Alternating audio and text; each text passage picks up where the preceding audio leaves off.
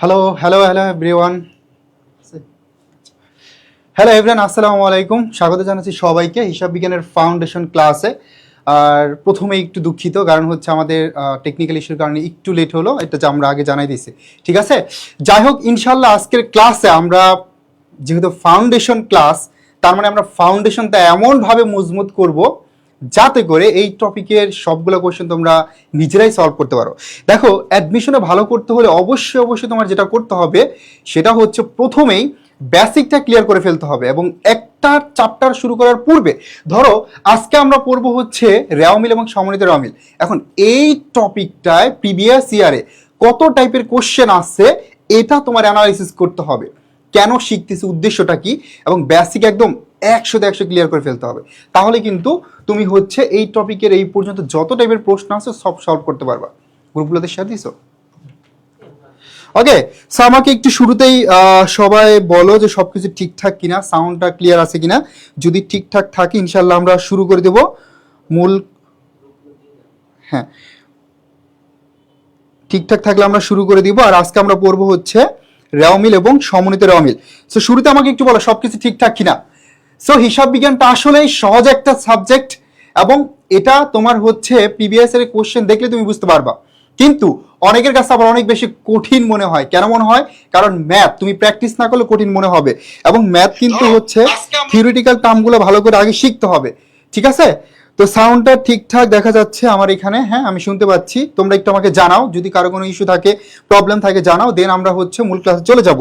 আর যারা যারা যুক্ত হয়েছে একটু বন্ধুদেরকে মেনশন করে দেই, প্রত্যেকেই বন্ধুদেরকে মেনশন করে দিই। আর হচ্ছে লাইভটি শেয়ার করে দাও যাতে করে তুমি বারবার ক্লাসটি দেখতে পারো। ঠিক আছে, একবার না বুঝলে আবারও দেখতে পারবা।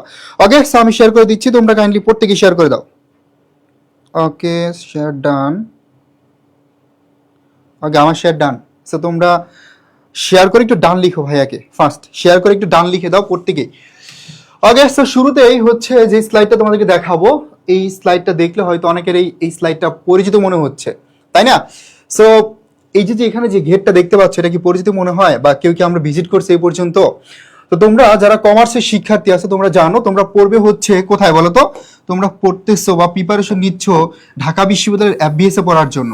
FBS, faculty of business studies, তাই না? যারা ঢাকা বিশ্ববিদ্যালয়ে আসছো বা ঘুরে গেছো তাদের কাছে কিন্তু এটা পরিচিত মনে হচ্ছে, তাই না? যেহেতু হচ্ছে তোমরা এই ফ্যাকাল্টিতে পড়বে এবং এই ফ্যাকাল্টিতে প্রবেশের এই গেটটা মেইন গেট। ওকে, তো পাশে যেটা দেখতে পাচ্ছ এটাকে এমবিএ বিল্ডিং বলে, এবং এই পাশে যত একটু দেখা যাচ্ছে এটা বিবিএ বিল্ডিং। সেইখানে তোমাদের ক্লাসগুলো হবে এবং তোমরা 4 বছর 5 বছর পড়াশোনা করবে, তাই না? সো অবশ্যই অবশ্যই ঢাকা বিশ্ববিদ্যালয়ের পরীক্ষায় ভালো করতে চাইলে কোশ্চেন প্যাটার্ন অনেক বেশি জোর দিতে হবে, যেটা আমরা তোমাদের জন্য প্রতিনিয়তই ফ্রি ক্লাস নিচ্ছি। ফাউন্ডেশন ক্লাসের পাশাপাশি question bank solve class, Bangla, ইংরেজি, অ্যাকাউন্টিং, ম্যানেজমেন্ট, মার্কেটিং, ফাইন্যান্স, প্রত্যেকটা সাবজেক্টের ক্লাস হচ্ছে। সেই ক্লাসগুলো করো ইনশাল্লাহ, তাহলে তুমি কোশ্চেন প্যাটার্ন সম্পর্কে ভালো একটি আইডিয়া হবে। তাহলে আমরা শুরু করতে পারি।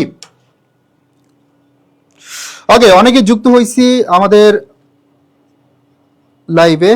আসসালামু আলাইকুম সোহান, তারপর হুমায়রা, ইরিন আক্তার, ওয়ালাইকুম আসসালাম। ওয়ালাইকুম আসসালাম।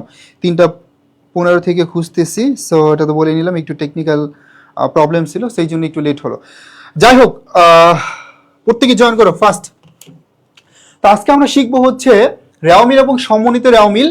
প্রথমে আমাদের জানতে হবে আসলে রেওয়ামিলটা কি। ঠিক আছে, এটা কনসেপ্টটা ক্লিয়ার করি, এবং আজকের ক্লাসের স্লাইডগুলো এমনভাবে সাজানো হয়েছে, ধরো আমি একটু কনসেপ্ট ক্লিয়ার করব, দেন ওই কনসেপ্ট থেকে বা অতটুকু জায়গা থেকে কিভাবে কোশ্চেন আসছে এই পয়েন্টটা ক্লিয়ার করে দিব।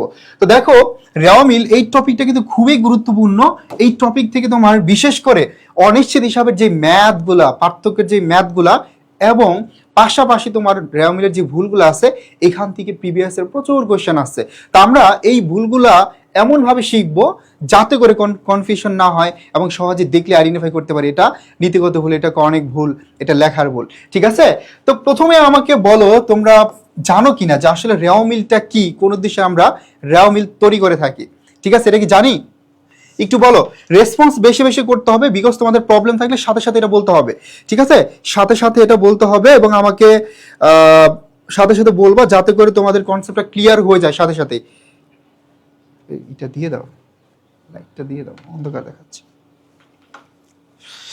ওকে, তো দেখো এই রেওয়া মিলটা হচ্ছে মেইনলি কোনো হিসাব নয়, এটা জাস্ট গাণিতিক শুদ্ধতা যাচাই করে, ঠিক আছে। এটা মূলত করা হয় খতিয়ানের যেই ব্যালেন্স গুলো আছে বা খতিয়ানের যে জের গুলো আছে, এই খতিয়ানের ব্যালেন্স বা জেরের, এই খতিয়ানের যে ব্যালেন্স আছে বা জের আছে, এটার গাণিতিক শুদ্ধতা যাচাইয়ের জন্যই মূলত আমরা রেওয়া মিল প্রস্তুত করে থাকি, ঠিক আছে। গাণিতিক শুদ্ধতা যাচাইয়ের জন্য মূলত আমরা রেওয়া মিল প্রস্তুত করে থাকি, গাণিতিক শুদ্ধতা যাচাই। তাহলে রেওয়া মিলের প্রাথমিক উদ্দেশ্য হচ্ছে হিসাব বিজ্ঞানের গাণিতিক শুদ্ধতা যাচাই করা, এক নাম্বার, ঠিক আছে। আর মূল বা প্রধান উদ্দেশ্য হচ্ছে আর্থিক বিবরণী প্রস্তুতের সহায়তা করা। সেই দুইটা পয়েন্ট সবাই ক্লিয়ারলি বুঝতে পারছে কিনা? এই দুটো পয়েন্ট সবাই ক্লিয়ারলি বুঝতে পারছে কিনা? আর আবারও বলতেছি, যারা যারা যুক্ত হয়েছে প্রত্যেকে লাইভটি শেয়ার করে দাও, তোমার ফ্রেন্ডদেরকে মেনশন দাও। ভাই বেসিক একদম মজবুত করতেই হবে, এছাড়া কোনোভাবেই তুমি এলোমেলোভাবে প্রিপারেশন নিয়ে ভালো করা পসিবল না, ঠিক আছে। বেসিকে জোর দাও, বেসিকে জোর দাও। আর লাস্ট ইয়ার যে টাইপের কোশ্চেন হয়েছে, তোমার অবশ্যই বেসিকে অনেক বেশি জোর দিতে হবে, কারণ কোশ্চেন হুবহু রিপিট হচ্ছে না, ঠিক আছে। বিশ্লেষণমূলক কোশ্চেন বেশি হইতেছে তোমাদের সময়, কিন্তু এভাবে প্রশ্ন হবে।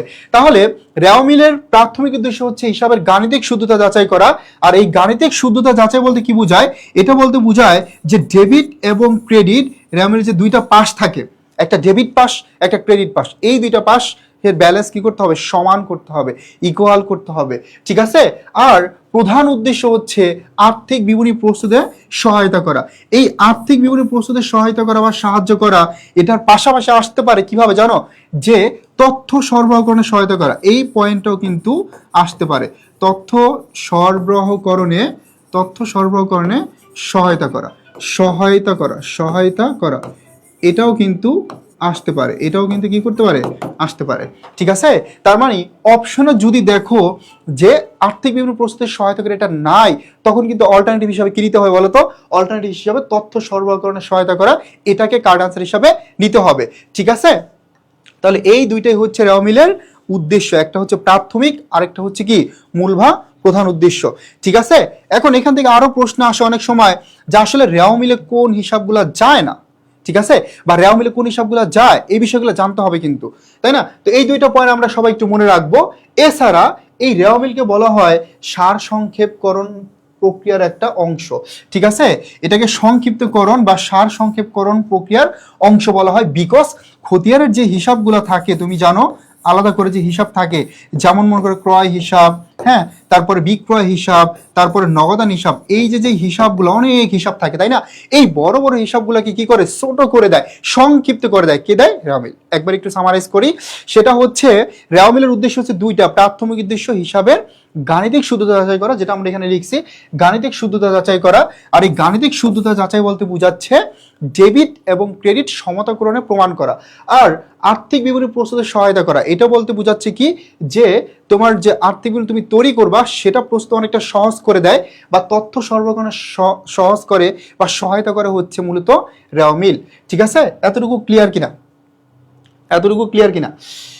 এখন দেখো এই যে দুইটা উদ্দেশ্য এখানে সুন্দর করে দেওয়া আছে, প্রাথমিক উদ্দেশ্য, আরেকটা হচ্ছে মূল ভাব প্রধান উদ্দেশ্য, দুইটা উদ্দেশ্য এখানে দেওয়া আছে। গাণিতিক শুদ্ধতা যাচাই বলতে কি বোঝায়? ডেবিট ক্রেডিট সমতাকরণে প্রমাণ করা, এটা সবাই জানি, ঠিক আছে। আর আর্থিক বিভিন্ন প্রস্তুতির সহায়তা করা অথবা তথ্য সরবরাহকরণে সহায়তা করা। এবার দেখো এই ছোট্ট কনসেপ্ট থেকে বা এখান থেকে কি প্রশ্ন আসতে পারে, আমরা একবার করে প্রত্যেকে ট্রাই করি, এবং এটা তুমি নিজেই পারবা।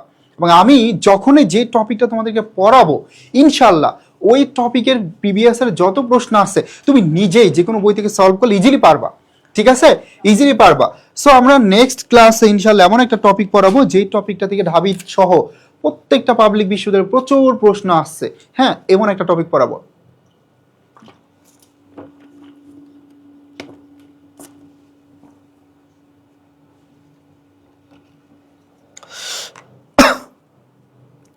সুবর্ণা, ইস্কেনরি প্রত্যেকে বলছে clear, thank you very much.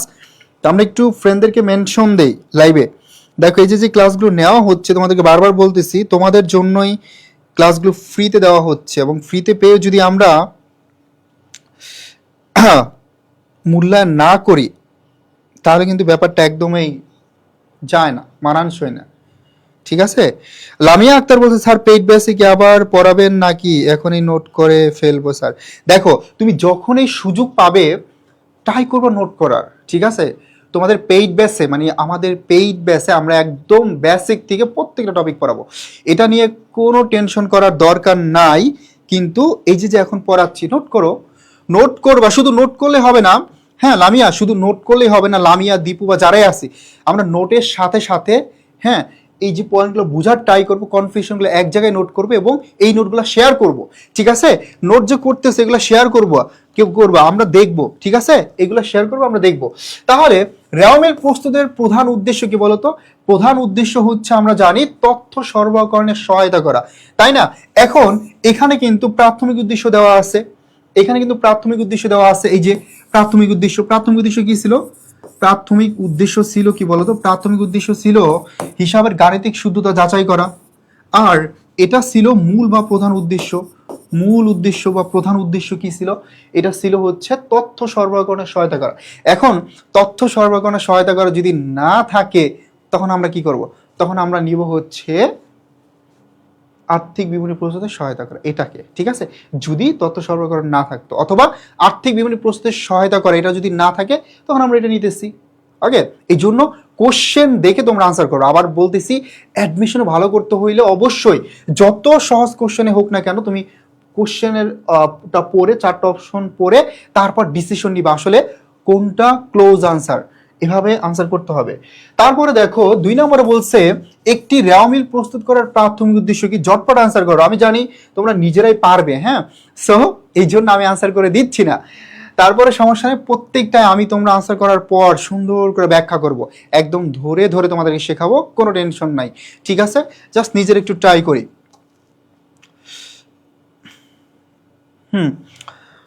তাহলে নিজের একটু ট্রাই করি, প্রত্যেকেই দেখি পারি কিনা। প্রথমে আসছে এখানে দেখো, সব লেনদেন লিপিবদ্ধ হয়েছে প্রমাণ করা। ভাই লেনদেন লিপিবদ্ধ করা হয়, এটা হচ্ছে জাবেদায় প্রমাণ করা হয়। তারপর জাবেদা এবং খতিয়ানের কোনো ভুল হয়ে থাকলে তা বের করা, এটা ভুল সংশোধনীর কাজ।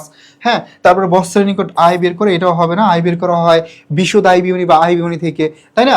তাহলে আমরা দেখতে পাচ্ছি খ নম্বরে বলছে খতিয়ান স্থানান্তরের পর, মানে খতিয়ান থেকে যেটা ট্রান্সফার করার পর এই যে ডেবিট এবং ক্রেডিটের গাণিতিক শুদ্ধতা প্রমাণ করা অথবা গাণিতিক শুদ্ধতা যাচাই করাটাই হচ্ছে মূলত রেওয়ামিলের প্রাথমিক উদ্দেশ্য। ঠিক আছে, এটাই হচ্ছে কি রেওয়ামিলের প্রাথমিক উদ্দেশ্য। ওকে, বুঝতে পারছি, ক্লিয়ার?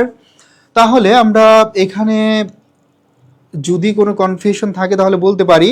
সো অলরেডি সবাই আনসার করছে, দীপু, তারপর হচ্ছে লোলাত মাহমুদ, ওকে, সোহান, ইশকেনরি, ইরিন, নিপা চক্রবর্তী, মেঘমালা, অনিক, অন্তিক না, অন্তিক হচ্ছে আনসার করছে। Great, thank you very much. সবার কিন্তু রেসপন্স করতে হবে ভাই, সবারই চেষ্টা করতে হবে। অ্যাডমিশন টাইমে একদম সিরিয়াস থাকতে হবে, ভালো কিছু করতে হলে পরিশ্রম করতে হবে। ঠিক আছে, নো পেইনস নো গেইনস। কষ্ট ছাড়া কি কেষ্ট মেলে না, কষ্ট করলে কেষ্ট মেলবে। ঠিক আছে, কষ্ট করলে কি এটার রেজাল্ট তুমি পাবেই পাবে। ওকে, তারপর দেখো 3 নাম্বারটা, কোনটি রেওয়ামিল প্রস্তুতের প্রাথমিক উদ্দেশ্য? এবার আমার জানতে হবে প্রাথমিক উদ্দেশ্যটা কি, বলি ঝটপট। প্রাথমিক উদ্দেশ্য হচ্ছে কি বলতো? হিসাবের গাণিতিক শুদ্ধতা যাচাই করা। ঠিক আছে, হিসাবের গাণিতিক শুদ্ধতা যাচাই করা। আর এই যাচাই করা বলতে কি বোঝাচ্ছে? যে ডেবিট ক্রেডিট সমতাকরণ প্রমাণ করা। ডেবিট এবং ক্রেডিট এই দুইটা সমান করতে হবে। আর এটাই হচ্ছে কি, এটাই হচ্ছে তোমার রেওয়ামিলের প্রাথমিক উদ্দেশ্য, মানে গাণিতিক শুদ্ধতা যাচাই করা। Got it dear students? বুঝতে পারছি?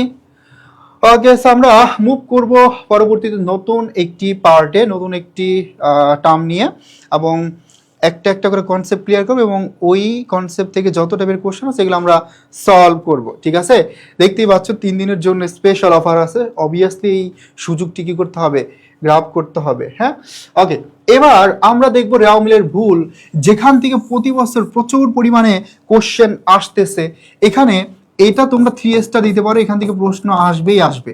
ঠিক আছে, এবং একটা ইনফরমেশন তোমাদেরকে দিয়ে রাখি, এই যে ভুলগুলো দেখতে পাচ্ছ এটা মূলত কোনো ভুল না, এখানে লেখা আছে সীমাবদ্ধতা। তার মানে এই যে দুতরফা ভুলগুলো আছে রেওয়ামিলের, এটা মূলত নামে ভুল কিন্তু কাজে কোনো ভুল না। এইগুলো হচ্ছে নামে ভুল কিন্তু কাজে কোনো ভুল না। কারণ এই যে দুতরফা ভুল, একটা কর্ণিক ভুল এবং নীতিগত ভুল, এই ভুলগুলোর কারণে রেওয়ামিল মিলকরণে কোনো প্রভাব ফেলে না। ঠিক আছে, এইগুলার কারণে রেওয়ামিল মিলকরণে কোনো প্রভাব ফেলে না। এইগুলার কারণে রেওয়ামিল মিলকরণে কোনো প্রভাব ফেলে না। এইগুলোর কারণে রেওয়ামিল মিলকরণে কোনো প্রভাব ফেলে না। ঠিক আছে, এইগুলো নামে ভুল কিন্তু কাজে কোনো ভুল না। আর এই যে একতরফা ভুল দেখতে পাচ্ছ, এই ভুলগুলোর কারণে রেওয়ামিল মিলকোনও প্রভাব ফেলে। তাহলে এইগুলা সত্যিকার অর্থেই ভুল, এবং এমন ভুল যেই ভুলগুলোর কারণে রেওয়ামিল একটা পার্থক্য ক্রিয়েট হয়ে যাবে, ব্যালেন্সের একটা ডিফারেন্স তৈরি হয়ে যাবে। ঠিক আছে, তাহলে দেখো একতরফার ভুল কি কি, যেমন ধরো যোগ বিয়োগের ভুল। ঠিক আছে, যেমন প্রথমে আছে যোগ বিয়োগের ভুল। যোগ বিয়োগের ভুল করলে তখন সেটার কারণে রেওয়ামিলের দুই পাশে একটা পার্থক্য তৈরি হবে। ঠিক আছে, তারপরে কার্যের ভুল যদি হয়, এটার কারণে রেওয়ামিল মিলকোনের পার্থক্য তৈরি হবে। কম বেশি লেখার ভুল, এক ডেবিট পাশে লিখছো 100 টাকা, ক্রেডিট পাশে ভুল লিখছো 80 টাকা, ডিফারেন্স তৈরি হয়ে গেল। ঠিক আছে, গাণিতিক ভুল সেম, এই যে কম বেশি লেখার ভুলকে গাণিতিক ভুল বলে। তারপর উদ্বৃত্ত নির্ণয়ের বা স্থানান্তরের ভুল, যেমন জাবেদা থেকে খতিয়ানের যখন ব্যালেন্স ট্রান্সফার করে তখন ভুল হতে পারে, খতিয়ান থেকে রেওয়ামিল আসলে তখন ভুল হতে পারে। এই ভুলগুলোর কারণে রেওয়ামিল মিলকরণে প্রভাব ফেলে, রেওয়ামিলের পার্থক্য তৈরি হয়। এখন আসো, এখান থেকে প্রশ্ন আসে না বলতে এমন না, একদমই আসে না, কিন্তু আসে, কিন্তু কম। এখান থেকে প্রশ্নটা বেশি আসবে। তো দেখো এখানে করণিক ভুল হচ্ছে কয়টা? করণিক ভুল হচ্ছে তোমার 4টা মেইনলি, কিন্তু এখানে 5টা দেওয়া আছে, আমরা 5টায় পড়বো। বাদ পড়ার ভুল, লেখার ভুল, পরিপূরক ভুল, বেদাখিলার ভুল এবং উল্টা ভুল। ঠিক আছে, উল্টা দাখিলার ভুল, এই যে ইরর অফ অমিশন। ওকে, এখন দেখো ভাইয়া পুরা এই করণিক ভুল এবং নীতিগত ভুল একদম বেসিক থেকে 2021-22 সেশনে ঢাবিতে 2021-22 সেশনে ঢাকা বিশ্ববিদ্যালয়ে এই বেসিক থেকে কোশ্চেন আসছে, নিচের কোনটি করণিক ভুল নয়। ঠিক আছে, কোশ্চেন আছে নিচের কোনটি করণিক ভুল নয়। তার মানে এই করণিক ভুল এখানে কয়টা? 4টা, এর মধ্যে থেকে 3টা দিছে, একটা দিছে নীতিগত ভুল। তাহলে করণিক ভুল নয় কোনটা? এই নীতিগত ভুলটা করণিক ভুল নয়, এই প্রশ্নটা আসছে। বুঝতে পারছো, এই কোশ্চেনটা আসছে। তার মানে কোশ্চেন কিন্তু অনেকটা সহজ হয়ে যায় যদি তুমি বুঝতে পারো প্যাটার্নটা। ভাই এই যে পড়ানোর মাঝখানে একটু বেশি যে মানে ইনফরমেশন তোমাদেরকে দিচ্ছি, কেন দিচ্ছি? কারণ এই জিনিসটাই দরকার। যখন তুমি এটা ধরে ফেলবা তখন ভাই আর কোনো কথা নাই, ধুমসে হচ্ছে আমরা টপিক পড়াবো, ধুমসে হচ্ছে যে টপিকটা যখন নিব ওইটা একদম পানির মতো করে ক্লিয়ার করে ফেলবো, মানে পোস্টমর্টম করে ফেলবো। ঠিক আছে, ওইটা থেকে যেভাবে কোশ্চেন আসুক, যেভাবে যাই করুক, যে ইউনিভার্সিটিতে, তোমাকে যাতে কেউ না আটকাতে পারে, 100% কনফিডেন্স যাতে হয়ে যায় নিজের মধ্যে। ঠিক আছে, এমন ভাবে তৈরি করব। তো দেখো এই ভুলগুলো এখন আমরা একদম এক্সাম্পল দিয়ে একটা একটা করে শিখবো। প্রথমে একতরফা ভুলগুলো তো বুঝতেই পারছো, তারপর আমরা দুতরফা ভুল দেখবো। এই ভুলগুলো আমরা এক্সাম্পল সহকারে দেখব। ঠিক আছে, তো প্রথমেই দেখো নীতিগত ভুল। এই ভুলটা তোমরা অনেকেই হচ্ছে পরিচিত এটার সাথে, এবং আমরা যখনই হচ্ছে একাডেমিকে ছিলাম এটা থেকে প্রচুর পরিমাণে কোশ্চেন আসতো, তাই না? সো এইটাই আমরা কি করবো এবার পড়বো। স্যার আমরা যারা আগে ভর্তি হয়েছি তারা কি পাবো না টি শার্ট আর বই? সো এটা তো এখন একটা স্পেশাল অফার চলতেছে। আগে তোমরা একটু এমনি তো lecture sheet, printed lecture sheet সব কিছু তো পাঠানো হয়েছে। ঠিক আছে, সো ইনশাল্লাহ তোমরা ফিউচার আরও অনেক অনেক গিফট পাবে আমাদের কাছ থেকে, কোনো প্রবলেম নাই। আর আমরা তোমাদের তো পাশে আসিই। সো অ্যাডমিশন টাইম এই জিনিসগুলোই সবচেয়ে ইম্পর্টেন্ট, যে তোমার প্রস্তুতি কতটুকু গুছানো হচ্ছে, ভালো একজন মেন্টরের অধীনে, ভালো একজন মেন্টরের অধীনে তুমি আসো কিনা, সঠিকভাবে প্রিপারেশনটা হচ্ছে কিনা। এরকম যদি কোনো ভাই তোমার দায়িত্ব নেয়, কোনো মেন্টর, যেটা আমরা তোমাদের দায়িত্ব নিয়েছি, একদম তোমাদের পাশে থাকবো ভাইয়ের মতো। ওকে, তো যাই হোক ইনশাল্লাহ সবাই পাবে, সবাই পাবে। তোমরা যদি ঢাবিতে যখন চান্স পাবে, এটাই হচ্ছে সবচেয়ে বড় অ্যাচিভমেন্ট। এবং এটা তো জাস্ট কয়েকদিনের জন্য একটু অফার, সো এটা নিয়ে মন খারাপ করো না, ফিউচারে তোমরা আর অনেক কিছুই পাবে আমাদের কাছ থেকে। ওকে, তো দেখো নীতিগত ভুলটা, এটা সবাই বুঝতে পারছি কিনা? নীতিগত ভুলটা এতগুলো অপশন দেওয়া, এটা তো সিম্পল, অপশন তো দেওয়া থাকবে।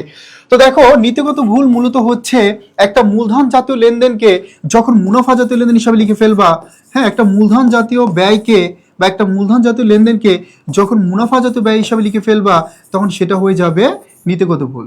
ঠিক আছে, এবং মুনাফা জাতীয় হিসাবকে যদি মূলধন জাতীয় হিসাবে লিখে ফেলো তখন সেটা নীতিগত ভুল। তার মানে একটা স্থায়ী সম্পদ কিনে সেটাকে ক্রয় হিসাবে লিখে ফেলছো, তাহলে মূলধন জাতীয় ব্যয়কে মুনাফা জাতীয় ব্যয় হিসাবে লিখে ফেলছো, নীতিগত ভুল। আবার এই মুনাফা জাতীয় ব্যয়, মনে করো পণ্য ক্রয় করছে, লিখে যন্ত্রপাতি ক্রয় হিসাবে, তাহলে মুনাফা জাতীয় ব্যয়কে মূলধন জাতীয় ব্যয় হিসাবে লিখলো, সেটাও নীতিগত ভুল। আবার মূলধন জাতীয় ব্যয়কে মুনাফা জাতীয় ব্যয় হিসাবে লিখলো, সেটাও কি নীতিগত ভুল। ঠিক আছে, এখানে দেখো এক্সাম্পল দেওয়া আছে যে সরঞ্জাম ক্রয় করে ক্রয় হিসাবে রিপোর্ট করা হলে, মানে কি আসবাবপত্র ধরো ক্রয় করছে, মনে করো একটা আসবাবপত্র ক্রয় করছে, এই আসবাবপত্র ক্রয় মনে করো 50,000 টাকা, ভুলে আসবাবপত্র না লিখে ক্রয় হিসাবে লেখা হয়েছে, ক্রয় হিসাবে লেখা হয়েছে, ভুলে আসবাবপত্র হিসাবে না লিখে এই ক্রয় হিসাবে লিপিবদ্ধ করা হয়েছে।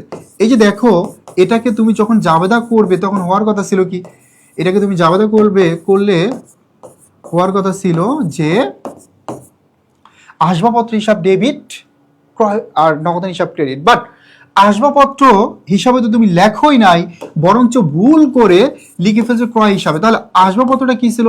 আসবাবপত্র ছিল একটা মূলধন জাতীয় ব্যয়, বাট ভুলে লিখছো ক্রয় হিসাবে। তাহলে ক্রয়টা কি? ক্রয়টা হচ্ছে একটা মুনাফা জাতীয় ব্যয়, ঠিক আছে? ক্রয়টা হচ্ছে একটা মুনাফা জাতীয় ব্যয়।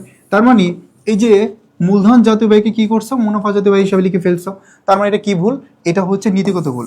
তার মানে এটা হচ্ছে নীতিগত ভুল। সবাই ক্লিয়ার? তার মানে ভাইয়া এটা হচ্ছে নীতিগত ভুল। দেখো বুঝতে পারছি কিনা? তাহলে এটা হচ্ছে আমাদের নীতিগত ভুল। সবাই ক্লিয়ার? এটা হচ্ছে আমাদের নীতিগত ভুল। বুঝতে পারছি ভাইয়া পুরা?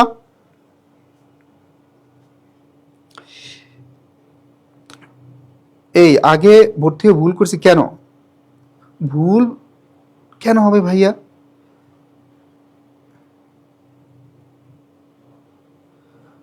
তোমরা যারা আগে পড়তেছো বরঞ্চ তোমরা অনেক বেশি এগিয়ে আসো, ঠিক আছে? অনেক বেশি এগিয়ে আসো এবং এটা কয়েকদিন পরে তোমরা ফিল করতে পারবা।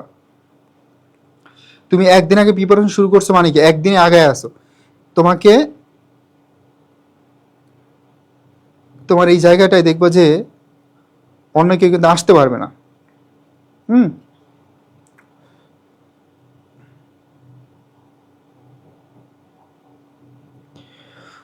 ওকে। আচ্ছা, তোমাদের রেসপন্স অনেক কম পাচ্ছি।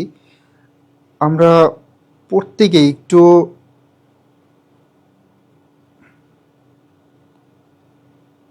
রেসপন্স করি, হ্যাঁ? এই যে বারবার আমার শেয়ার করতে হচ্ছে।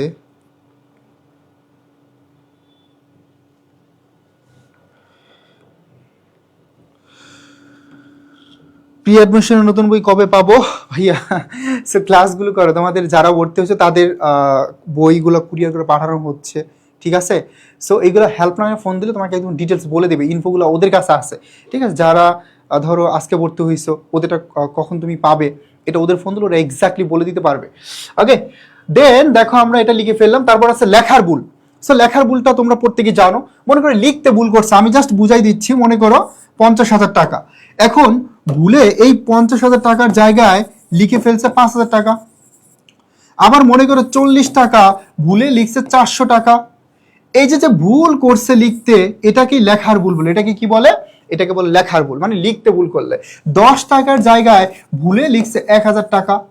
তাহলে এটা কি? এটা হচ্ছে লেখার ভুল, ঠিক আছে? লিখতে ভুল করলে সেটা হচ্ছে লেখার ভুল, লিখতে ভুল করলে সেটা হচ্ছে লেখার ভুল। ক্লিয়ার? তার মানে এই ভুলগুলো হচ্ছে লেখার ভুল। ওকে, তারপর আমরা চলে যাব পরবর্তীতে আরেকটা বেদাখিলার ভুল। এই বেদাখিলার ভুলের আরেকটা নাম হচ্ছে খতিয়ান ভুক্তির ভুল। অ্যাডমিশন টাইমে বিকল্প নাম তোমার মাস্ট জানতে হবে, ঠিক আছে? বেদাখিলার ভুলের আরেকটা নাম হচ্ছে খতিয়ান ভুক্তির ভুল। বেদাখিলার ভুল অথবা খতিয়ান ভুক্তির ভুল। এই ভুলটা হচ্ছে মূলত এক হিসাবের টাকা যখন আরেক হিসাবে লিখে ফেলবা, তাহলে তখন সেটা হয়ে যাবে খতিয়ান ভুক্তির ভুল। মনে করো দেনাদার, হ্যাঁ, মনে করো দেনাদার সিয়ামের কাছ থেকে টাকা আদায় হয়েছে। এখন সিয়াম তখন কি হবে? দেনাদার সিয়ামের কাছ থেকে টাকা আদায় হইলে নগদান হিসাব ডেবিট, হ্যাঁ, এরকম হওয়ার কথা না। নগদান হিসাব ডেবিট, যদি দেনাদার সিয়ামের কাছ থেকে টাকা আদায় হয় তাহলে দেনাদার সিয়াম হিসাব ক্রেডিট। দেনাদার সিয়াম হিসাব কি হবে? ক্রেডিট হবে। এখন ভুলে এই সিয়ামের জায়গায় মনে করো সায়েম লেখা হয়েছে, সিয়ামের জায়গায় ভুলে মনে করো সায়েম লেখা হয়ে গেছে। তার মানে এক হিসাবের টাকা আরেক হিসাবে লিখে ফেলছে এবং হিসাবটাও সমজাতীয় ভাইয়া, তখন সেটা হয়ে যাবে বেদাখিলার ভুল বা খতিয়ান ভুক্তির ভুল। তার মানে যখনই এক হিসাবের টাকা আরেক হিসাবে লিখে ফেলবে তখন হয়ে যাবে সেটা খতিয়ান ভুক্তির ভুল। তারপর মনে করো পাওনাদার লামিয়াকে, পাওনাদার লামিয়াকে 50,000 টাকা পরিশোধ করা হয়েছে। এখন পরিশোধ করলে লামিয়া ডেবিট হবে, কিন্তু লামিয়ার জায়গায় লিখেছে মনে করো সাদিয়া, ঠিক আছে? তাহলে এই যে লামিয়ার হিসাব সাদিয়া নামে লিখে ফেলছে, এটা হচ্ছে বেদাখিলার ভুল। ক্রয়ের জায়গায়, হ্যাঁ, ক্রয়ের জায়গায় ভুলে লিখে ফেলছে মনে করো ভাড়া হিসাব, ঠিক আছে? তারপর বেতনের জায়গায় ভুলে লিখে ফেলছে মজুরি হিসাব। এই যে এক হিসাবের টাকা যখন আরেক হিসাবে লিখে ফেলবে তখন সেটা হয়ে যাবে বেদাখিলার ভুল, ঠিক আছে? এক হিসাবের টাকা আরেক হিসাবে লিখে ফেললে তখন সেটা হয়ে যাবে বেদাখিলার ভুল। দেখো এই এখানে আরো ডিটেলস এক্সাম্পল দেওয়া আছে। এক্সাম্পলটা হচ্ছে যে এখান থেকে এক্সাম্পল দেখো জাস্ট, জাহিদের নিকট থেকে হ্যাঁ 500 টাকা বকে আদায় করে নগদান হিসাবে সঠিকভাবে ডেবিট করা হয়েছে, কিন্তু উক্ত টাকা জাহিদের হিসাবের পরিবর্তে কি করছে, শহীদের হিসাবে লিখছে। এই যে জাহিদের টাকা ভুলে লিখছে কি, ভুলে লিখছে শহীদের হিসাবে। তাহলে এক হিসাবের টাকা যদি আরেক হিসাবে লেখা হয় তখন সেটা হচ্ছে কি ভুল, সেটা হচ্ছে খতিয়ান ভুক্তির ভুল বা ব্যাদাখিলার ভুল। ঠিক আছে, ক্লিয়ার ভাইয়া? পুরো বুঝতে পারছি। স্যার বোর্ডের ব্যাকগ্রাউন্ডটা চেঞ্জ করলে ভালো হতো, একটু পর অটোমেটিক চেঞ্জ হয়ে যাবে। হ্যাঁ, তারপর দেখো পরিপূরক ভুল, এটা আরো সুন্দর। পরিপূরক ভুলটা হচ্ছে কি, এক হিসাবের টাকা যখন তুমি আরেক হিসাবে লিখে ফেলবা, ঠিক আছে, সরি, একটি ভুল দ্বারা যখন আরেকটি ভুল সংশোধন হয়ে যাবে তখন সেটা পরিপূরক ভুল। আর এক হিসাবের টাকা আরেক হিসাবে লিখলে সেটা হচ্ছে ব্যাদাখিলার ভুল বা খতিয়ান ভুক্তির ভুল। এই জায়গাটায় আমাদের সবচেয়ে বেশি ভুল হয়, এখানে আমাদের ফোকাস করতে হবে। এক হিসাবের টাকা তুমি যখন আরেক হিসাবে লিখে ফেলবা তখন সেটা হয়ে যাবে কি, খতিয়ান ভুক্তির ভুল। দুইটা সেম মনে করো অনেকে, কিন্তু একটা ভুল দ্বারা যখন আরেকটা ভুল সংশোধন হয়ে যাবে তখন সেটা হচ্ছে পরিপূরক ভুল। যেমন আমরা এক্সাম্পলটা দেখি, বেতন হিসাবে ডেবিট দিকে 50 টাকা, যেমন বেতন, এটা কি বলতো, বেতন হচ্ছে ডেবিট, তাই না? এখন ডেবিট দিকে 50 টাকা কি করছে, ডেবিট দিকে 50 টাকা কম লিখছে। আবার ক্রয়ও কিন্তু ডেবিট, ক্রয় কি, ক্রয়ও হচ্ছে ডেবিট, এবং ক্রয়ের ডেবিট দিকে 50 টাকা বেশি লিখছে। এখন দেখো বেতনও ডেবিট, ক্রয় ডেবিট, তার মানে বেতনও তোমার কি করছে, 50 টাকা কম লিখছে, আবার ক্রয় হিসাবে 50 টাকা বেশি লিখছে। তাহলে ডেবিট পাশে একবার 50 টাকা বেশি লিখলো, একবার 50 টাকা কম লিখলো, আলটিমেটলি আমার রেয়ামিল কি করবে, মিলে যাবে, তাই না? তো দেখো বেতন হিসাবে 50 টাকা কম লিখছে, আবার ক্রয় হিসাবে 50 টাকা বেশি লিখছে, একবার যেহেতু কম লিখছে একবার বেশি লিখছে, আলটিমেটলি আমার রেয়ামিল কি করবে, ইকুয়াল হয়ে যাবে, মিলে যাবে। ঠিক আছে, তো দেখো একটা ভুল দ্বারা যখন আরেকটা ভুল সংশোধন করা হয়, একটা ভুল দিয়ে যখন আরেকটি ভুল সংশোধন করা হয় তখন সেটা হচ্ছে পরিপূরক ভুল, তখন সেটা হচ্ছে পরিপূরক ভুল। ঠিক আছে, একটি ভুল দিয়ে যখন আরেকটি ভুল সংশোধন করা হবে তখন সেটা হচ্ছে পরিপূরক ভুল। সেটা কি, সেটা হচ্ছে পরিপূরক ভুল। ক্লিয়ার?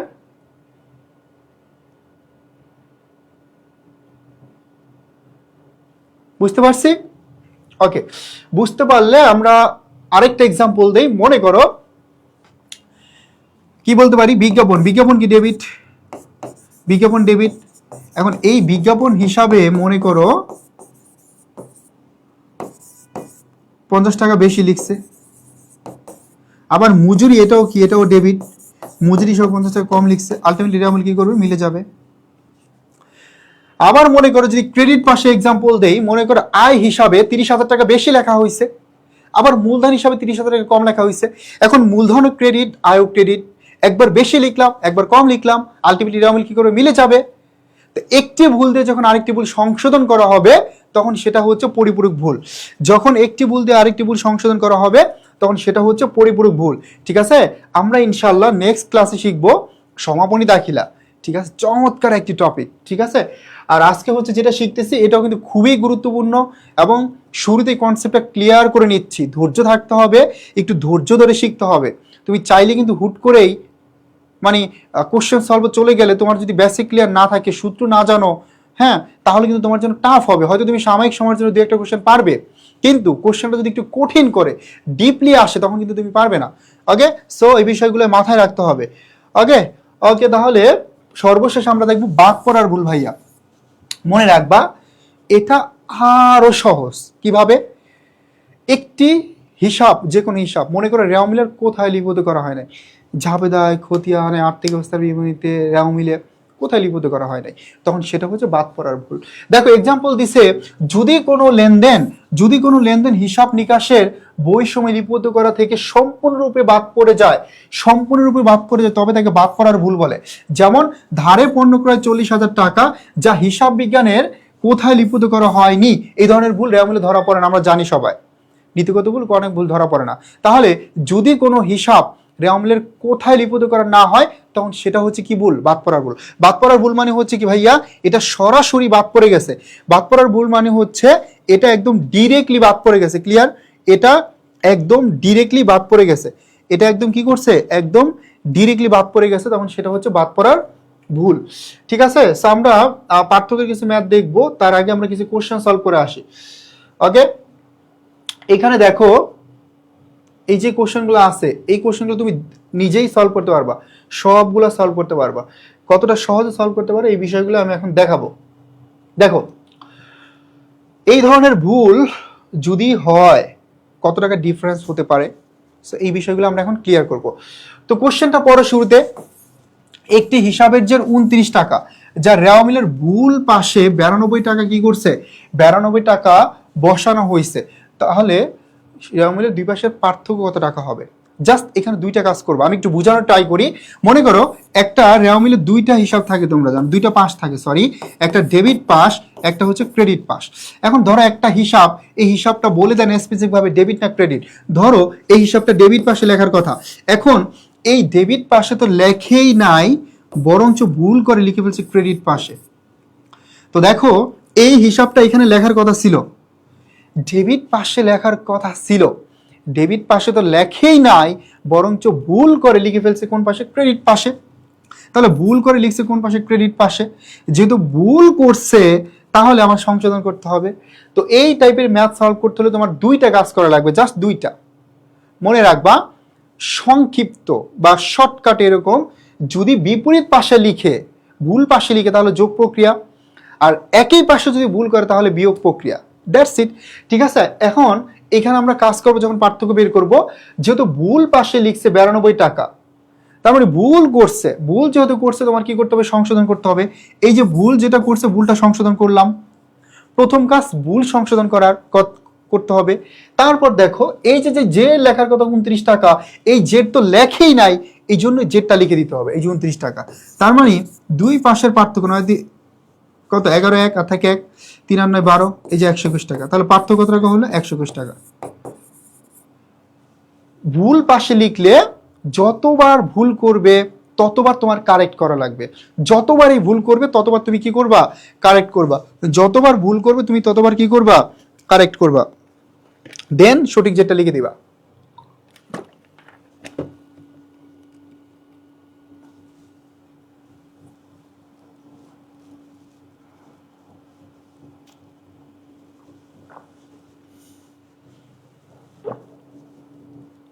ইয়াস, তাহলে দেখো ভুল করছে, দুইটা কাজ করবা। এই যে ভুলটা করছে দিবু, ভুলটা করছে, ভুলটা তুমি সংশোধন করবা, দেন জেড লিখে দেবা, তাহলে এটা আমি মিলে যাবে। তাহলে আমি কি করলাম, প্রথমে এই ভুল করছে, ভুলটা সংশোধন করলাম। এই যে জেডটা লেখার কথা ছিল এখানে, এটাকে লিখছি, এটা লেখে নাই, তাহলে এই জেডটা আমি কি করব, লিখে দেবো। এই ভুলটা করছিল, প্রথমে ভুল সংশোধন করছি, দেন জেডটা লিখে দিচ্ছি, তাহলে কিন্তু পার্থক্যটা বের হয়ে যাবে। তারপরে দেখো 3 নাম্বার, তিনে কি বলছে, তিনে বলছে ভাড়া প্রদান হিসাবের জের। তার মানে প্রথমে আমার দেখতে হবে ভাড়া, এটা কি, ভাড়াটা হচ্ছে ডেবিট, ভাড়াটা কি বলতো, ভাড়াটা হচ্ছে ডেবিট, ভাড়াটা হচ্ছে ডেবিট, হিসাবের জের 57 টাকা, তাহলে ভাড়া হিসাবের জের 57 টাকা। ভুল ক্রমে রেওয়া মিলের ক্রেডিট দিকে 75 টাকা লিখছে, তাহলে এটাও কিন্তু ভুল পাশে লিখছে, তাহলে কি প্রক্রিয়া, কি প্রক্রিয়া বলো তো, যোগ প্রক্রিয়া। ঠিক আছে, এখন আমার কাজ হচ্ছে জাস্ট দুইটা। প্রথম কাজ, যেই ভুল করবে আমি ওই ভুলটা সংশোধন করব, যেই ভুলেই করবে তারা, আমার প্রথম কাজ হচ্ছে ওই ভুলটা সংশোধন করা। ঠিক আছে, যেই ভুলেই করুক না কেন ওই ভুলটা প্রথম কাজ হচ্ছে সংশোধন করা। তাহলে প্রথমে আমি কি করব ভাইয়া, প্রথমে হচ্ছে ভুলটা সংশোধন করবো। এই যে 75 টাকা ভুল করছে, এই 75 টাকা লিখে দিব, ভুলটা সংশোধন করলাম। যেই ভুলেই করুক, ধরো ভুল পাশে 2বার ভুল করছে, 2বার ঠিক করবা, 3বার ভুল করছে, 3বার ঠিক করবা, 4বার ভুল করছে, 4বার ঠিক করবা। ঠিক আছে, যতবার ভুল করছে ততবার ঠিক করতে হবে। ওকে, যতবার ভুল করছে ততবার কি করতে হবে, ঠিক করতে হবে। তাহলে ভুল করছে কয়বার, একবার, কত টাকা, 75 টাকা। তাহলে ভুলটা প্রথমে আমি সংশোধন করলাম, দেন এই যে জেডটা লেখার কথা ছিল ডেবিটে, ডেবিটে লেখেই নাই, ওই জেডটা লিখে দিব, জের কত, 57 টাকা।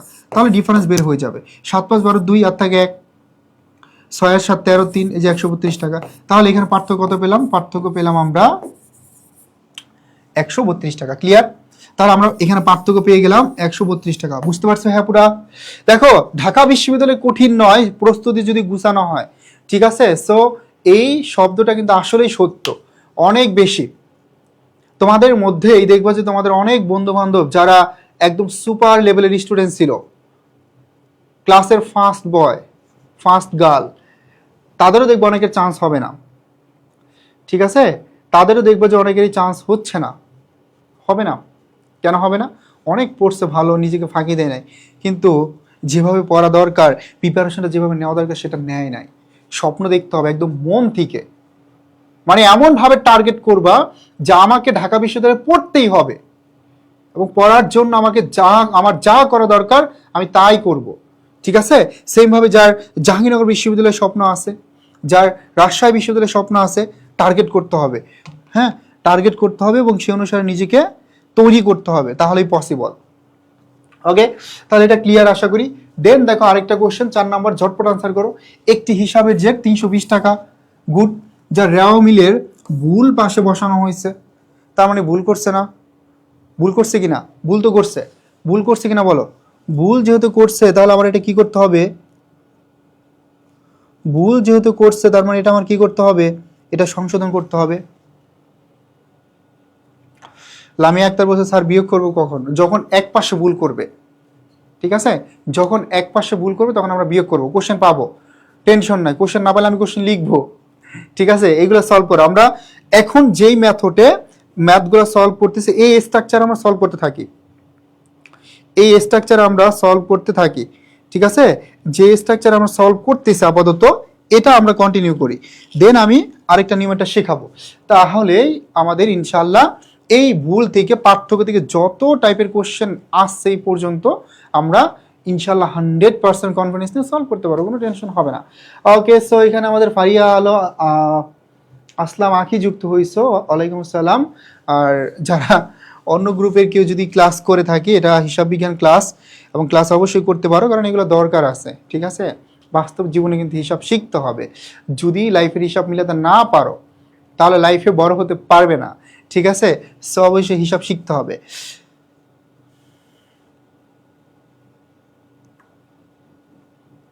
প্র্যাকটিস করতে পারবা, পর্যাপ্ত পরিমাণ প্র্যাকটিস করতে পারবা। লেকচার শিট 3টা লেকচার শিট দেবে হিসাব বিজ্ঞানের জন্য, হ্যাঁ? তারপরে আরও প্র্যাকটিস করতে চাইলে তাহলে বই নিয়ে নাও, সমস্যা নাই। ওকে, তো দেখো এটা কিন্তু আমি সলভ করে দিব না, এটা তোমরা নিজেরা পারবা। দেখো নিজেদের চেষ্টা করতে হবে মাঝে মাঝে। দুইটা তো আমি সলভ করলাম, এটা তাহলে নিজেরাই পারবা। এই যে জাকারিয়া, তারপর হচ্ছে লামিয়া, বি নাম্বার আনসার করছো, সিয়াম লিখছো 320 টাকা, আসলে কি সিয়াম হয়েছে? আগে একটু ক্লিয়ার করি। তো দেখো 320 টাকা রেওমিলের ভুল পাশে লেখা হয়েছে, তাহলে ভুল পাশে লিখছে মানে কি ভুল করছে। দুইটা কাজ করার, প্রথম কাজ কি? ভুলটা সংশোধন করবা। এই 320 টাকা ভুল করছে, আমি ভুলটা সংশোধন করলাম। দেন এই যে এর লিখে না, এটা লিখে দিলাম, তাহলে তো পার্থক্যটা বের হয়ে যায়। সিম্পল, এটা তো খুবই সহজ, আগের স্ট্রাকচারই ছিল, এটা তো কোনো প্রবলেম হওয়ার কথা না। সাইমন, আগে প্রত্যেকেই পারতেছি আমরা, ভালো লাগতেছে দেখে, কিন্তু আমরা কেন যে হচ্ছে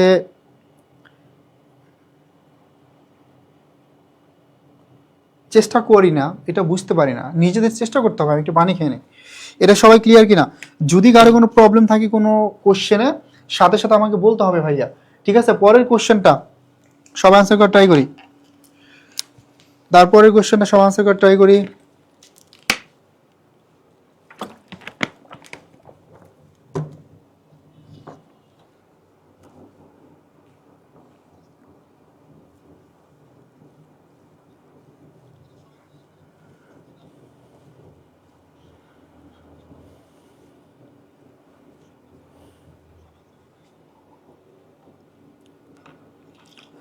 এই তোমরা না এত এত কিপটা, হ্যাঁ? পোলাপান লাইভে ক্লাস করে, ক্লাসে একটা রিয়াকশনও দেন, ঠিক আছে? একটা লাভ রিয়াকশন দিয়ে দাও প্রত্যেকেই। কমার্সের স্টুডেন্ট এত হিসাবই হয়, কিন্তু তারা যে সব জায়গায় যে হিসাব করে এটা আমি জানতাম না। এখানে তো লস নাই ভাই, এখানে লাভ আছে, ঠিক আছে? ওকে, সো অনেকে মিলে একসাথে ক্লাস করলে কি হয়, যে তোমারও যেমন একটা প্রতিযোগিতা থাকবে, সবাই এখানে আনসার করবে, তোমার নিজেরও আনসার করতে মন চাইবে। প্রতিযোগিতার মধ্যে থাকতে হবে, যেহেতু তুমি প্রতিযোগিতামূলক পরীক্ষা দিতে যাচ্ছ, ঠিক আছে? সো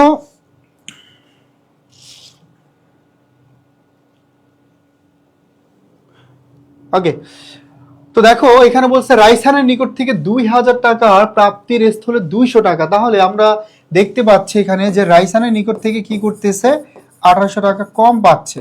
কারণ কি 2000 টাকা পাওয়ার কথা, পাইছে কত 200 টাকা, তাহলে এখানে 1800 টাকা কি হয়েছে, 1800 টাকা কম পাইছে। তারপর রায়ানের নিকট থেকে পাওয়ার কথা ছিল 200, রায়ানের নিকট থেকে পাওয়ার কথা ছিল 200, কিন্তু পাইছে কত 2000, তাহলে এখানে 1800 টাকা বেশি হয়ে গেছে। তার মানে প্রথমে একটা ভুল করছে, এই ভুলটার মাধ্যমে আরেকটা ভুল সংশোধন হয়ে গেছে। তার মানে ভাইয়া একটি ভুলের মাধ্যমে যখন আরেকটি ভুল সংশোধন হয়ে যাবে তখন সেটাকে আমরা কি বলবো, তখন সেটাকে আমরা বলবো পরিপূরক ভুল। কি ভুল, যখনই একটি ভুল দ্বারা আরেকটি ভুল সংশোধন হয়ে যাবে তখন সেটাকে আমরা পরিপূরক ভুল বলবো। এটা কি চমৎকার না, একটি ভুল দিয়ে যখন আরেকটি ভুল সংশোধন হয়ে যাবে তখনই সেটা কি ভুল, পরিপূরক ভুল। ঠিক আছে, পাশ নিয়ে টানাটানি, পাশ নিয়ে কেন টানাটানি লাগবে, সো তোমরা প্রত্যেকে অনেক ভালো করতে পারবা। এখনো যে সময় আছে, তোমাদের পরীক্ষা কত তারিখ জানো, ঢাবির পরীক্ষা হচ্ছে 26শে ডিসেম্বর। তার মানে 26শে ডিসেম্বর তোমাদের হচ্ছে কি হবে, 26শে ডিসেম্বর তোমাদের এক্সাম হবে। তাহলে কতদিন সময় আছে হিসাব করো, এই সময়ের মধ্যে নিজেকে একদম বস করে তৈরি করতে পারবা যদি ফাঁকি না দাও, যদি সঠিকভাবে প্রিপারেশন নাও। ঠিক আছে, সো এই সময়টা তোমাদের লাইফের সবচেয়ে গুরুত্বপূর্ণ সময়, টার্নিং পয়েন্ট। ওকে, সো এই সময়টা যে সঠিকভাবে ইউজ করবে ফিউচারে দেখবে সে অনেক বেশি এগিয়ে যাবে। যার যে স্বপ্ন পাবলিকান হওয়ার, পাবলিক বিশ্ববিদ্যালয় তোমাকে একটা জায়গা তৈরি করে দিবে, একটা অবস্থান তৈরি করে দিবে ফিউচারে অনেক বড় কিছু করতে। ঠিক আছে, অনেক ভালো একটা জায়গায় পজিশনে নিজেকে নিয়ে যেতে। তো এই জন্য এই যে সুযোগটা তোমরা পাচ্ছ এটা কিন্তু বারবার পাবে না, ঢাকা বিশ্ববিদ্যালয় কিন্তু দ্বিতীয়বার সুযোগ নাই। ঠিক আছে, যেমন তোমরা এর আগেও দেখছো যে অনেকে অনেক ট্রাই করছে কিন্তু সেকেন্ড টাইম কিন্তু কোনোভাবেই ঢাকা বিশ্ববিদ্যালয় হবে না ফিউচারে। ঠিক আছে, আর এবছর তো নাই। তার মানে অবশ্যই তোমাদের কি করতে হবে, সুযোগটা কাজে লাগাতে হবে। ওকে, পাশাপাশি মনে করো তোমাদের জন্য আরো কত সুযোগ আছে না, জাহাঙ্গীরনগর বিশ্ববিদ্যালয় আছে, জগন্নাথ বিশ্ববিদ্যালয় আছে, রাজশাহী বিশ্ববিদ্যালয় আছে, ঠিক আছে, বিউপি আছে, চট্টগ্রাম বিশ্ববিদ্যালয় আছে, গুচ্ছর আন্ডারে তোমাদের 20টা বিশ্ববিদ্যালয় আছে, আগে 19টা ছিল এখন 20টা বিশ্ববিদ্যালয়। সো চেষ্টা করো, ইনশাল্লাহ হবে। ওকে, সো নিজেকে কখনো দুর্বল ভাবতে নেই, তুমি চেষ্টা করো, তুমি অবশ্যই পারবা। ওকে, তাহলে এটা কি ভুল ভাইয়া, পরিপূরক ভুল। যখনই একটি ভুল দ্বারা আরেকটি ভুল সংশোধন হয়ে যাবে সেটাকে আমরা পরিপূরক ভুল বলবো। নেক্সট কোশ্চেন, এই কোশ্চেনটা তোমরা নিজের আনসার করো। একটি হিসাবের যে 90 টাকা যা রেওয়ামিলের ভুল পাশে 2বার লিখছে, আমি কি বলছিলাম, ভুল পাশে যতবার ভুল করুক না কেন তোমার কাজ ততবার সঠিক করা। এখন একটি হিসাবের যে 90 টাকা ছিল, গুড, এটা রেওয়ামিলের ভুল পাশে 2বার লিখছে, তাহলে কয়বার ভুল করছে, 2বার ভুল করছে। ঠিক আছে, কয়বার ভুল করছে, 2বার ভুল করছে। আমার কাজ ভাইয়া 2বার ভুল করছে, আমি 2বার কারেক্ট করব, দেন আমি কি করব, জেডটা লিখে দিব। তাহলে এই যে 200 3 নং 27 70 টাকা পার্থক্য। ঠিক আছে, তার মানে ভাইয়া 2বার ভুল করছে, আমি 2বার কারেক্ট করব, 3বার ভুল করলে 3বার কারেক্ট করব। 90 টাকার জায়গায় ভুলে যদি 190 টাকা 3বার ভুল করে আমি 190 টাকা 3বার কারেক্ট করব, দেন জেড লিখে দিব। তাহলে কিন্তু রেওয়ামিলের পার্থক্যটা বের হয়ে যাবে। ক্লিয়ার, ক্লিয়ার ভাইয়া পুরা?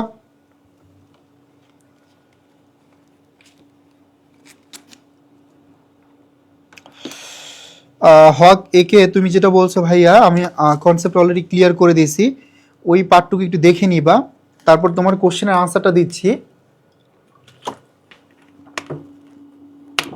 সেটা হচ্ছে যদি মনে করে একটা ভুল দ্বারা আরেকটা ভুল সংশোধন হয়ে যায় তখন সেটা হচ্ছে পরিপূরক ভুল। বাট বেদাখিলার ভুলটা হচ্ছে যখন এক হিসাবের টাকা ভুলে তুমি আরেক হিসাবে লিখে ফেলবে তখন সেটা বেদাখিলার ভুল, আর যদি লিখতে ভুল করে তখন সেটা লেখার ভুল। স্যার ঠাকুরগাঁও বিশ্ববিদ্যালয় কি গুচ্ছের অন্তর্ভুক্ত হবে? পসিবিলিটি আছে। ওকে, তাহলে এটা 270 টাকা। ক্লিয়ার? তারপরে চমৎকার একটা কোশ্চেন আমরা সলভ করতে যাচ্ছি। আমি জানি এই প্রশ্নটা যদি আমি সলভ করতে দিই, আমার যারা এইচএসসি স্টুডেন্ট আছে, যেমন এখানে অনেকে আছে এইচএসসি থেকে আমার ক্লাস করে, ওরা কিন্তু পারবে এটা। বাট যারা নতুন আছে তাদের কিন্তু একটু টাফ হবে। তো দেখো, ফাউন্ডেশন ক্লাসে আমি প্রথম দিন চাইলেই কিন্তু হচ্ছে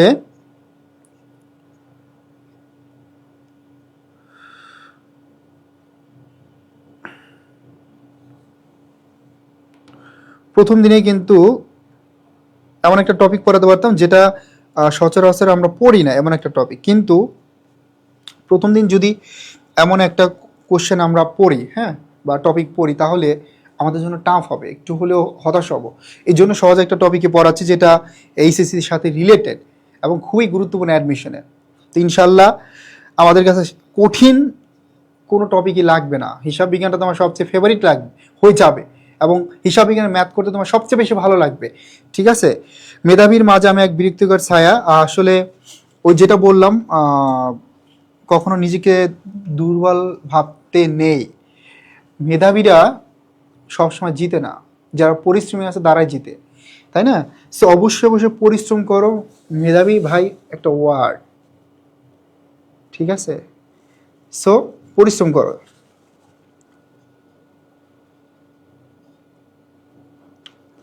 ওকে, অনেকে 7 আনসার করছো ডি নাম্বার, অনেকে হচ্ছে সি নাম্বার আনসার করছো। আসলে বলো তো এক্স্যাক্টলি আনসার কোনটা হবে? জানি কোনটা হবে। আমরা এখানে জানি যে এটা কোন ধরনের ভুল। এটা হচ্ছে মূলত অনেকে দিতেছে নীতিগত ভুল, ঠিক আছে?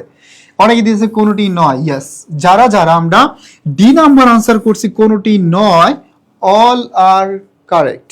ঠিক আছে, কিভাবে? দেখো এখানে একটি কম্পিউটার ক্রয় বিক্রয়কারী প্রতিষ্ঠান, এই প্রতিষ্ঠান নামেই ক্রয় বিক্রয়কারী প্রতিষ্ঠান। তার মানে কম্পিউটার ক্রয় বিক্রয়কারী প্রতিষ্ঠান কি করবে?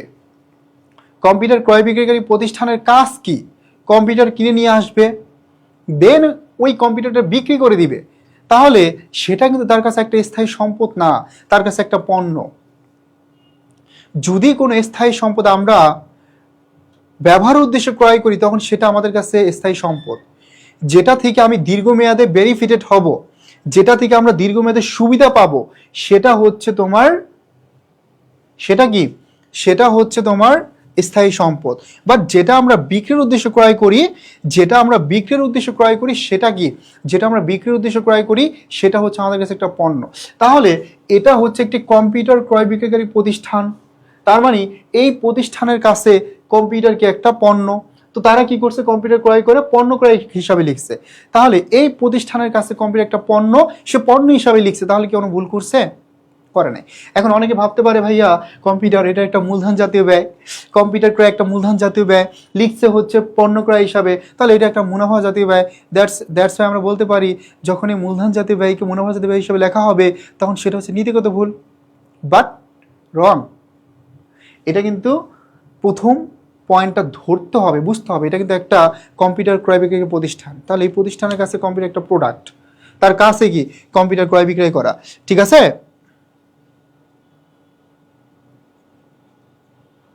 ওকে ওকে। তাহলে এটা কি? কোনোটি নয়। এখন কনসেপ্ট ক্লিয়ারের জন্য দুইটা প্রশ্নই আমরা এটা এবার আরেকটা কোশ্চেন পাবো ইনশাল্লাহ। ঠিক আছে, আমি ভাবছিলাম দুইটা এক জায়গায় আছে তাহলে কনফিউশনটা আরো ক্লিয়ার হতো। তারপর দেখো 8 নাম্বারটা, রেওয়া মিলের মাধ্যমে কোন ভুল ধরা পড়ে? দেখো রেওয়া মিলের মাধ্যমে কোন ভুল ধরা পড়বে? তো আমরা জানি ভাইয়া এই যে রেওয়া মিল দুতরফা ভুল দুই ধরনের, একটা নীতিগত ভুল, একটা করণিক ভুল। এই ভুলগুলো মেইনলি হচ্ছে নামে ভুল কিন্তু কাজে কোনো ভুল না। ঠিক আছে, তাহলে এই যে করণিক ভুল হচ্ছে 4টা, করণিক ভুল হচ্ছে 4টা, আর নীতিগত ভুল। এই করণিক ভুল আর হচ্ছে কি নীতিগত ভুল, এই ভুলগুলো মূলত তোমার নামে ভুল। এই ভুলগুলো হচ্ছে নামে ভুল, ভুল বানানে রুসুকার, এটা অনেক আবার দীর্ঘকার দিয়ে দেয়। ঠিক আছে, তাহলে এই দুইটা ভুল, এটার মধ্যে বাদ পড়ার ভুল আসবে, লেখার ভুল আসবে, পরিপূরক ভুল আসবে, ব্যথা খেলার ভুল আসবে। এই ভুলগুলোর নামে ভুল কিন্তু কাজে কোনো ভুল না। কিন্তু এই যে একতরফা যে ভুলগুলো আছে তোমরা জানো, একতরফা যে ভুলগুলো আছে, একতরফা ভুল কি কি? একতরফা ভুল হচ্ছে মূলত গাণিতিক ভুল, যোগ বিয়োগের ভুল, কার্যের ভুল, স্থানান্তরকরণের ভুল। এই ভুলগুলোর কারণে রেওয়া মিল কোনো প্রভাব ফেলে, রেওয়া মিলে একটা ডিফারেন্স তৈরি হয়। ঠিক আছে, তাহলে রেওয়া মিলের মাধ্যমে কোন ভুল ধরা পড়বে ভাইয়া? ধরা বলবো হচ্ছে গাণিতিক ভুল, কারণ এটার কারণে ব্যালেন্সের মধ্যে একটা পার্থক্য তৈরি হবে। আর লেখার ভুল, নীতিগত ভুল এবং বাদ পড়ার ভুল, এই ভুলগুলা নামে ভুল কিন্তু কাজে কোনো ভুল না। ঠিক আছে, এইগুলো নামে ভুল কিন্তু কাজে কোনো ভুল না, এইগুলো নামে ভুল কিন্তু কাজে কোনো ভুল না। ঠিক আছে,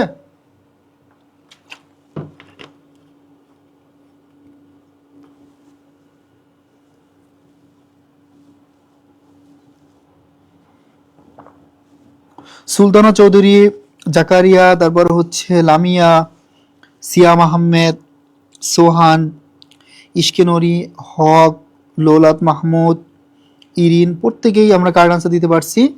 thank you very much, thank you very much. সবাই চেষ্টা করতেছি এটা আরও ভালো দিক। ওকে, গ্রেট, মাশাল্লাহ। সো তোমাদের জন্য অফার মাত্র 3 দিনের, তোমার যে ফ্রেন্ডরা এখনো ভর্তি হয় নাই সবাইকে জানিয়ে দাও, ঠিক আছে? সো এই অপরচুনিটিটা কাজে লাগাতে বলো। তারপর 9 নম্বর, কম্পিউটার ক্রয় পণ্য ক্রয় হিসাবে ডেবিট করছে।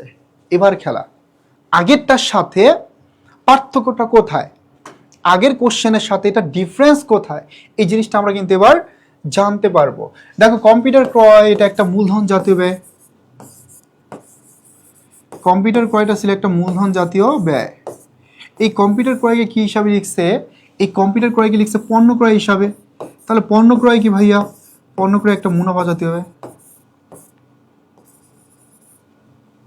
তার মানে এই মূলধন জাতীয় ব্যয়কে যদি মুনাফা জাতীয় ব্যয় হিসেবে লিখে ফেলে, অথবা মুনাফা জাতীয় ব্যয়কে যখন মূলধন জাতীয় ব্যয় হিসেবে লিখে ফেলবে, তখন সেটাকে আমরা কি বলবো, তখন সেটাকে আমরা বলবো কি ভুল, সেটাকে আমরা বলবো, বলতে কি ভুল, সেটাকে আমরা বলবো নীতিগত ভুল, ঠিক আছে?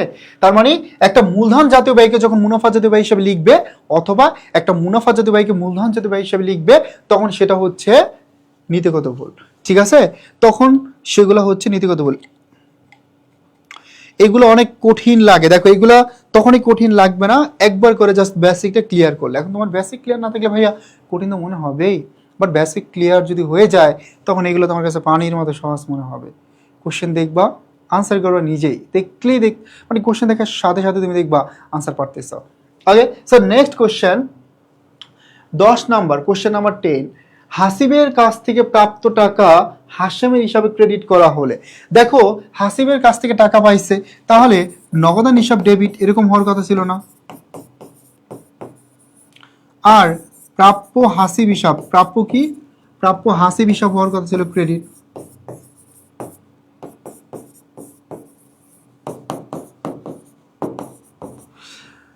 তার মানে ভাইয়া এখানে হাসিব তো লেখেই নাই, বরং সেই হাসিবের পরিবর্তে ভুলে লিখে ফেলছে হাশেম। কি লিখছে, হাশেম।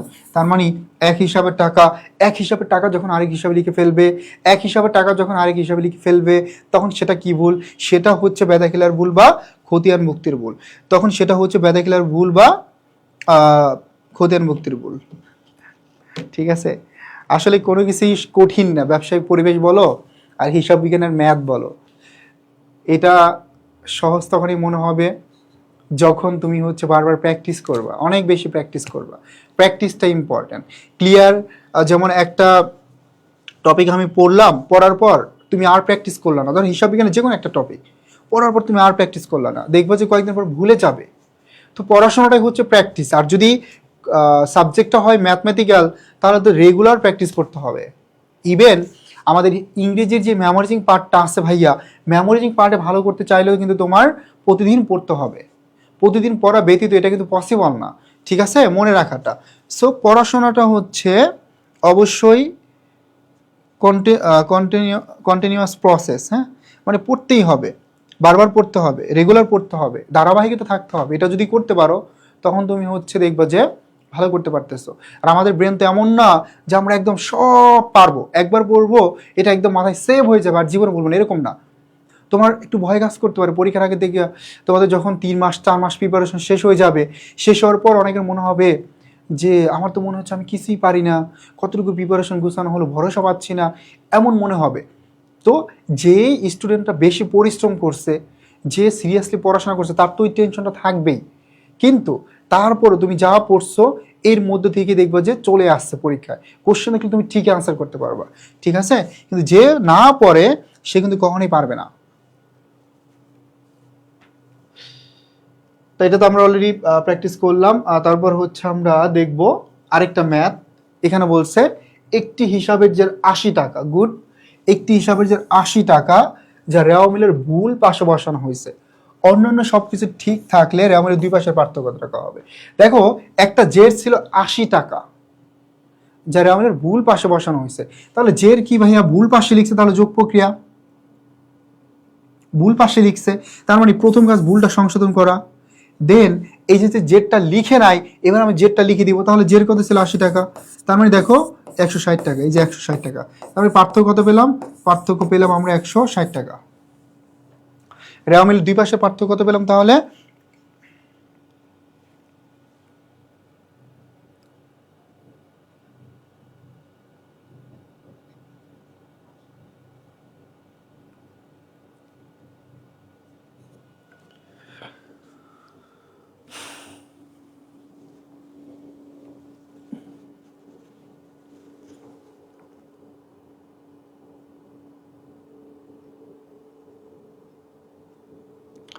কি সুবর্ণ রয়ের কি মন খারাপ নাকি?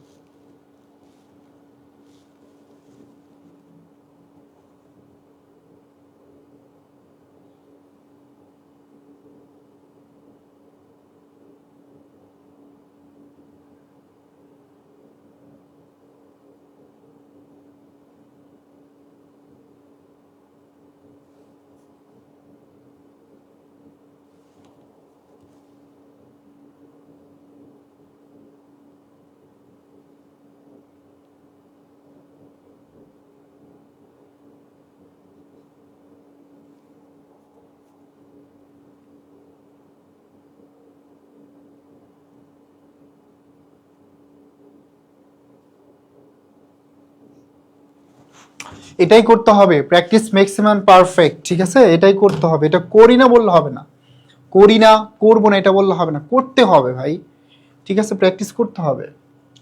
তারপর দেখো আসবাবপত্র ক্রয় মালামাল ক্রয় হিসাবে লিখছে, তাহলে আসবাবপত্র এটা কি ছিল? আসবাবপত্র ছিল মূলধন জাতীয় ব্যয়, বাট এটা লিখছে মালামাল হিসাবে, তাহলে মালামাল কি একটা পণ্য? তাহলে এটা হচ্ছে মুনাফা জাতীয় ব্যয়। তার মানে মূলধন জাতীয় ব্যয়কে যদি মুনাফা জাতীয় ব্যয় হিসাবে লিখে, তখন সেটা কি ভুল? সেটা হচ্ছে নীতির ভুল বা নীতিগত ভুল। ওকে, তারপর যদি আমরা চলে যাই, মনে করো নিচের কোনটি করণিক ভুল নয়। দেখো বেসিক থেকে প্রশ্ন আসছে, নিচের কোনটি করণিক ভুল নয়, তাহলে করণিক ভুল নয় কোনটা বলো তো? নীতিগত ভুল, এটা করণিক ভুল নয়।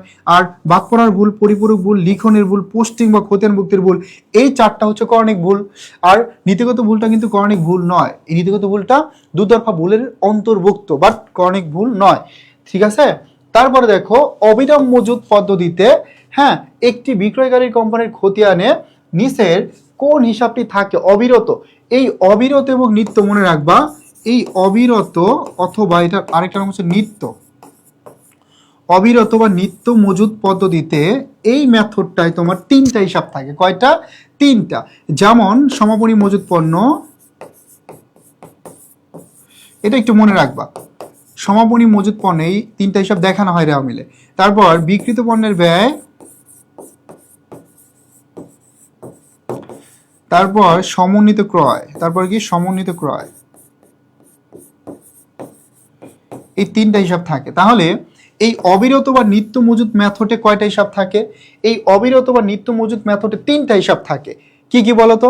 তিনটা হিসাব, সমাপনী মজুদ পণ্য, বিক্রিত পণ্যের ব্যয় এবং সমন্বিত ক্রয়। সমাপনী মজুদ পণ্য, বিক্রিত পণ্যের ব্যয় এবং সমন্বিত ক্রয়, এই তিনটা হিসাব এখানে থাকে। তাহলে অবিরত মজুদ পদ্ধতি বা নিত্য মজুদ পদ্ধতিতে তিনটা হিসাব থাকে, সমাপনী মজুদ পণ্য, বিক্রিত পণ্যের ব্যয় এবং সমন্বিত ক্রয়, এই তিনটা হিসাব কি এখানে থাকে, ঠিক আছে? এই তিনটা হিসাব এখানে থাকে। ক্লিয়ারলি বুঝতে পারতেছি?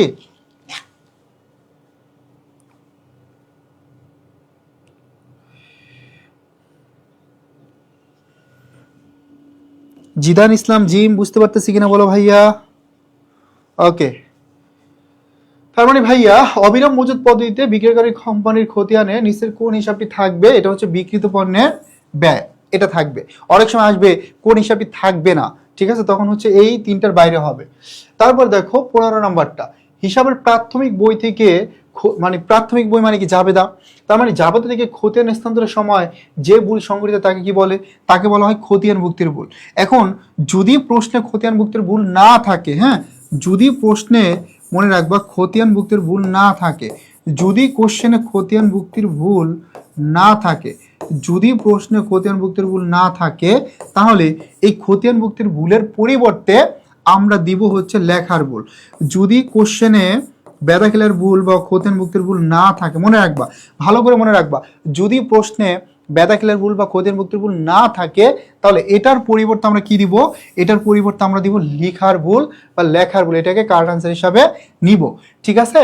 তো এখানে দেখো হিসাবে প্রাথমিক বই থেকে খতিয়ান স্থানান্তরের সময় যে ভুল সংঘটিত হয় তাকে বলা হয় খতিয়ান ভুক্তির ভুল বা বেদাখিলার ভুল। যেহেতু আছে তার মানে কি আমার চেঞ্জ করার দরকার নাই, ঠিক আছে? যদি না থাকতো তখন কিন্তু লেখার ভুলকে কারেক্ট আনসার হিসাবে নিতে হতো, ঠিক আছে? এখন যেহেতু আছে, এটার পরিবর্তন করার কোনো দরকার নেই। ওকে ওকে, তারপর আমরা চলে যাব পরবর্তী আরেকটা কোশ্চেন নাম্বার 16। এটাই বলছে এনামের কাছ থেকে প্রদায় টাকা হারণ হিসাবে ডেবিট করা হয়েছে। তার মানে এনামের টাকা হারণ হিসাবে লিখছে, এক হিসাবে টাকা আরেক হিসাবে লিখছে, এক হিসাবের টাকা আরেক হিসাবে লিখছে। তো এক হিসাবের টাকা যখন আরেক হিসাবে লিখবে, এক হিসাবের টাকা যখন আরেক হিসাবে লিখবে, তখন সেটা কি হয়ে যাবে? সেটা হয়ে যাবে খতিয়ান ভুক্তির ভুল বা ব্যাদাখিলার ভুল। এক হিসাবের টাকা আরেক হিসাবে লিখে ফেলছে। এটা শুধু মনে করে দেনাদার পাওনাদারের ক্ষেত্রে না, মনে করো ক্রয়ের জায়গায় লিখছে কি বিক্রয়, ঠিক আছে, বেতনের জায়গায় ভাড়া, মজুরি জায়গায় বিজ্ঞাপন। ওকে, এই যে এক হিসাব টাকা আরেক হিসাবে লিখে ফেলছে এবং হিসাবটা অবশ্যই কি হতে হবে? সমজাতি হতে হবে, তখন সেটা হয়ে যাবে খতিয়ান ভুক্তির ভুল।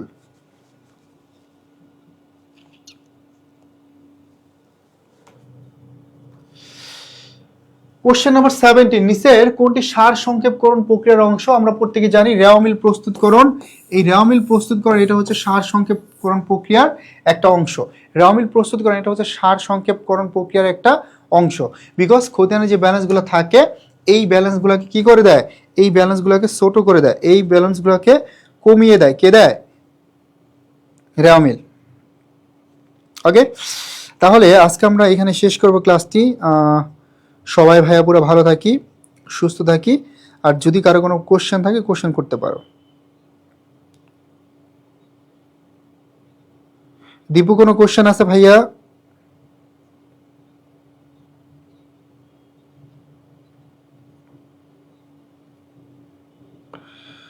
দীপু, ইস্কেনরি, কারো কোনো কোশ্চেন আছে?